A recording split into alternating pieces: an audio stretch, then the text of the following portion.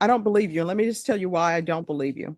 If a program has been ordered and you're sick and they tell you, oh, we need to see you today, what you tell them is like, I'm sorry, I think I have COVID. I can't see you today. I'm very interested in your program. And I know the judge has ordered and I want to be in it. But instead, you didn't do that. So don't come to me telling me stories that make absolutely no sense. Nobody does that in the real world. So when I order something, you need to follow through. If you don't want to follow through, let us know. We'll move on to the next person. I do remember the names and faces of everybody that I sent to prison. But if you wish to go to prison and be done with this, I will send you. And guess what? I'll move on to the next person and see if they would like to be in programs that are presented for them. Today, we're back in Judge Boyd's courtroom with a defendant who seems ready to argue with just about anyone, even the judge. The instructions from the bench are clear, but she treats them like they don't even apply to her. It's not constructive disagreement either. It feels more like she's picking a fight just to pick one. The problem is, judges can hold someone in contempt on the spot, and that can mean being taken into custody before the hearing even ends. Watching this play out feels like a perfect example of how to work against your own case. At some point, you have to wonder, is she actually upset with the judge, or is she just making things worse without realizing it? Either way, pushing back like this in court is never a smart move. Let's see how it unfolds. All right, court is calling 2024 CR 1983, State of Texas versus Ashley Draper Ward. Could I have parties announced for the record for the state? For the defense? Christopher Simpkins. And are you Miss Ashley Draper Ward? Yes, ma'am. Right. So you entered a plea of guilty. The judge found there was sufficient evidence to find you guilty. According to the plea bargain agreement, the state is recommending community supervision. Have both parties had a chance to review the PSI report, state? No, Your Honor, but we're okay with proceeding anyway because we are recommending duties. All right, defense? All right, any objections to the PSI report? None, Your Honor. No, Your Honor. All right, anything you wish to say on behalf of your client? Judge, I believe she's motivated. She'll be successful, and she understands that she faces severe repercussions if she does not live up to her obligations. But that's what she followed the plea bargain agreement. All right, Ms. Ward, do you have any family support? Yes, ma'am. All right, who's your support system? My grandmother's. All right. And do you have any children? 3. Okay, what are their ages? 5, 6, and 8. And who are they with? My mother-in-law. And have you had any CPS cases in regards to them? No. When's the last time you had contact with them? Before I was incarcerated. So how did it come to be that your mother-in-law had custody of them? My first incarceration, she took custody while I was incarcerated. Okay. Ma'am, can you step up to the mic a little bit more, please? All right. This is what the court is going to do. Court is going to sentence you to a $500 fine. That's going to be probated. Okay. 4 years deferred adjudication in states you may continue to confer. There's going to be 100 hours of community service restitution. I'm going to order you to complete parenting classes. Yes, ma'am. There's to be no unsupervised contact with minors. Yes, ma'am. There's to be regular reporting by Zoom or in person. I'm sorry, Ms. Eckel, if you could move so probation can, yeah. There's to be regular reporting by Zoom or in person. There's going to be anger management. Yes, ma'am. She's going to remain in custody for her Tacoma exam. And they say that's scheduled at August 22nd. Yes.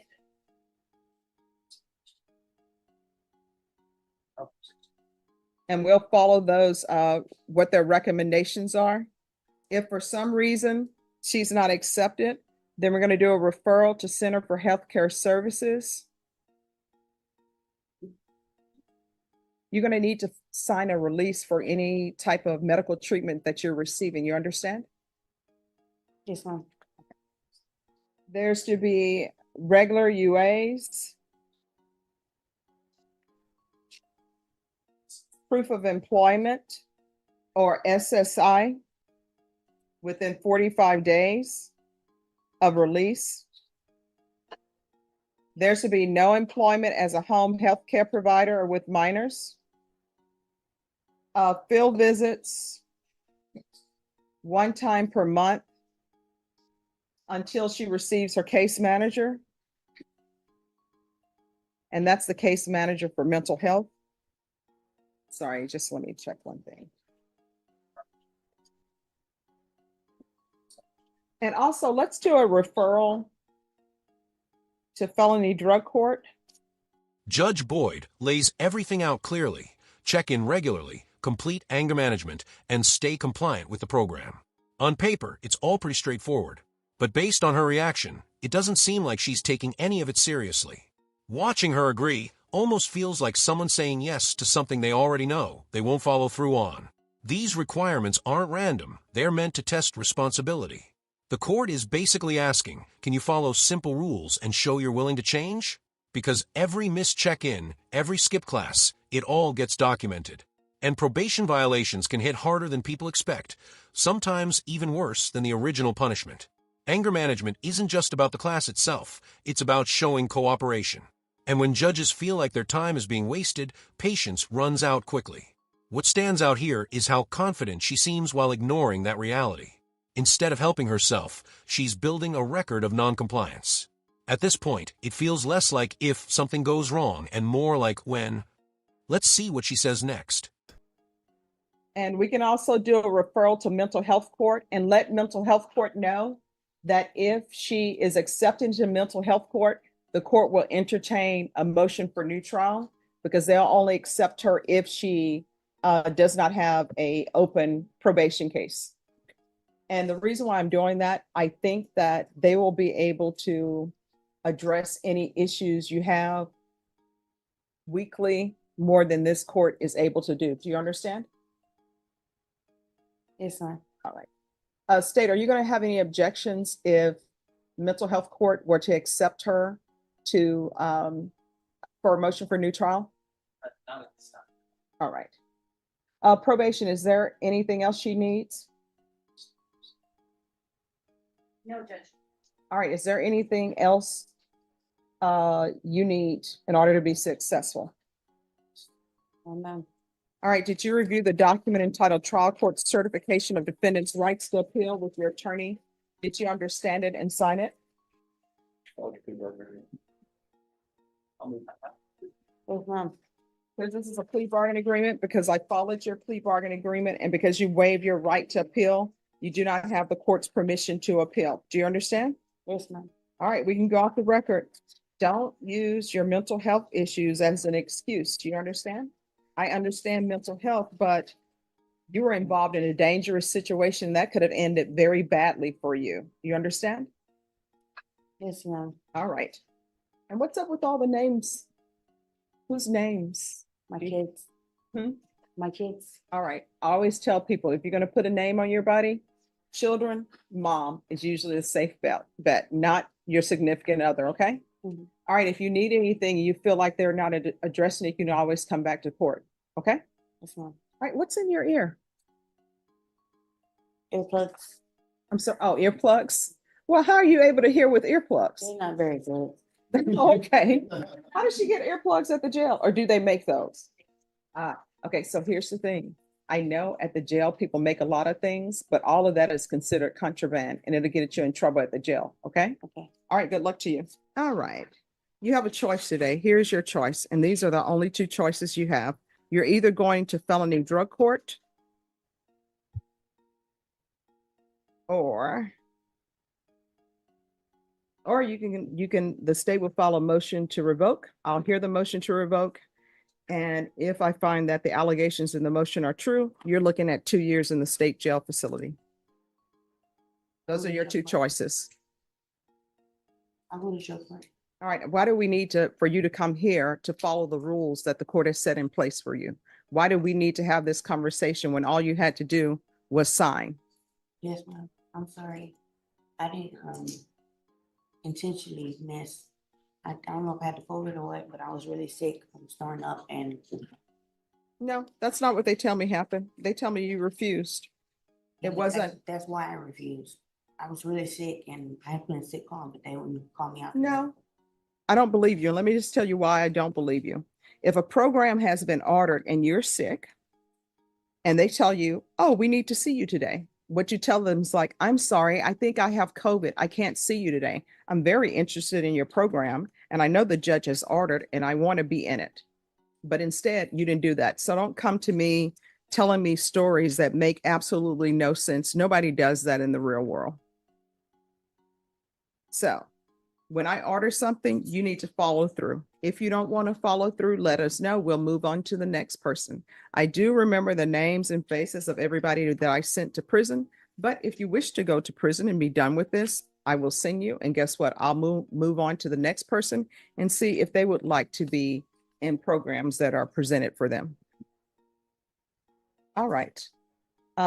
Ms. Abrams, is felony drug court willing to accept her? All right, you're going to felony drug court. Now, she shifts into talking about mental health, which can be a complicated topic in court. Judges hear these kind of claims often, and while mental health is important, it doesn't cancel out responsibility, especially when someone keeps ignoring court orders. At one point, Judge Boyd even gives a blunt piece of advice about tattoos, basically saying people should save that kind of permanence for something meaningful, like their kids, instead of something they might regret. It's meant as a reality check, but it doesn't seem to land. Then there's the earbud situation, which definitely doesn't help her case. Wearing earbuds during a hearing can come across as disrespectful, especially in a setting where courtroom behavior matters a lot. From the judge's perspective, keeping order is part of the job. What she doesn't seem to realize is that her behavior isn't just hurting her, it's turning the whole hearing into chaos. Instead of focusing on solutions, it starts to feel more like a scene than a serious legal process. All right, the court is going to call 2024 CR 1983, State versus Ashley Yvonne Draper Ward. Could I have parties announce? Andrew Harris, for the state. Melissa Christian for the defendant. All right, and Normie, could you hand me a file stamp for a motion to revoke? And are you Ashley Yvonne Draper Ward? You're going to need to speak up. Yes, Your Honor. Did you review the document entitled Motion to Enter Adjudication of Guilt and Revoke Community Supervision with your attorney? Did you understand it? Yes, Your Honor.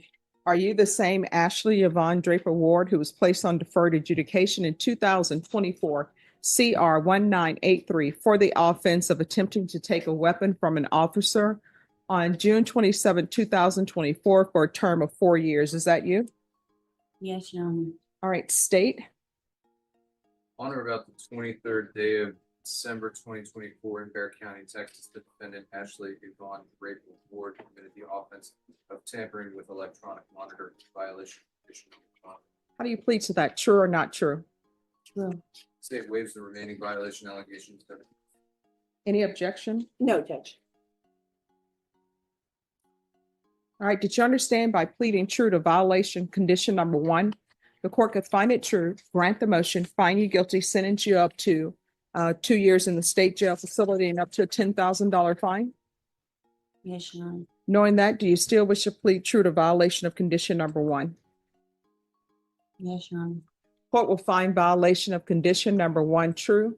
Is there a proposed agreement? There is not, Judge. State, what are you requesting? Adjudicate guilt, assess punishment at 2 years of confinement in the state jail facility. All right, and defense, what are you requesting? Judge, she has 415 days credit. So we are asking the court to give her credit for time served. All right.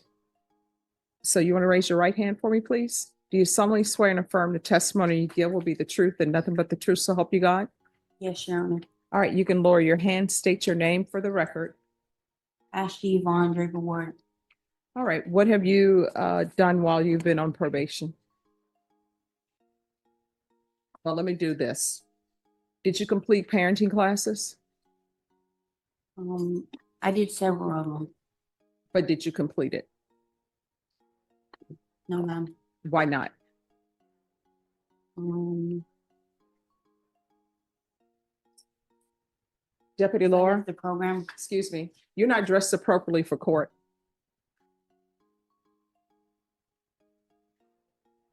Yes. because I left the program, ma'am. All right. Why did you leave the program? I acted on impulse. All right. That doesn't explain why you left the program. What was the impulse you were acting on? Just overwhelmed. There was a lot going on up there, and I just got fearful when I left. All right. Did you complete anger management? Yes, Your Honor. All right. And with regards to the referral for Center for Healthcare Services, had you been in contact with them? Yes, Your Honor. And were you employed? Yes, Your Honor. Doing what? Worked at Little Caesars, and then I was a home health care provider. Oh, see, I don't even know why that's being allowed because I don't allow people to be home health care providers. And I specifically said no employment as a home health care provider. You're overwhelmed by life, and yet you're somebody's home health care provider. But I don't allow people who have felony cases to be home health care providers. Yes, Your So Honor. that's number one. Probation, what are you recommending? Judge, probation's recommendation is to amend for safety followed by aftercare. All right. You have a choice. You can go to safety, or I can revoke you. And if I revoke you, I'm sentencing you to the 2 years. Either way, time is going to pass in your life. It can either pass with you in safety, and you're going to get extended on this probation, by the way. If you go to safety, I'm going to extend you for a year. So if you want to just do your time, you can do your time. You can go to the state jail facility. I'm going to sentence you to 2 years, or I will send you to safety.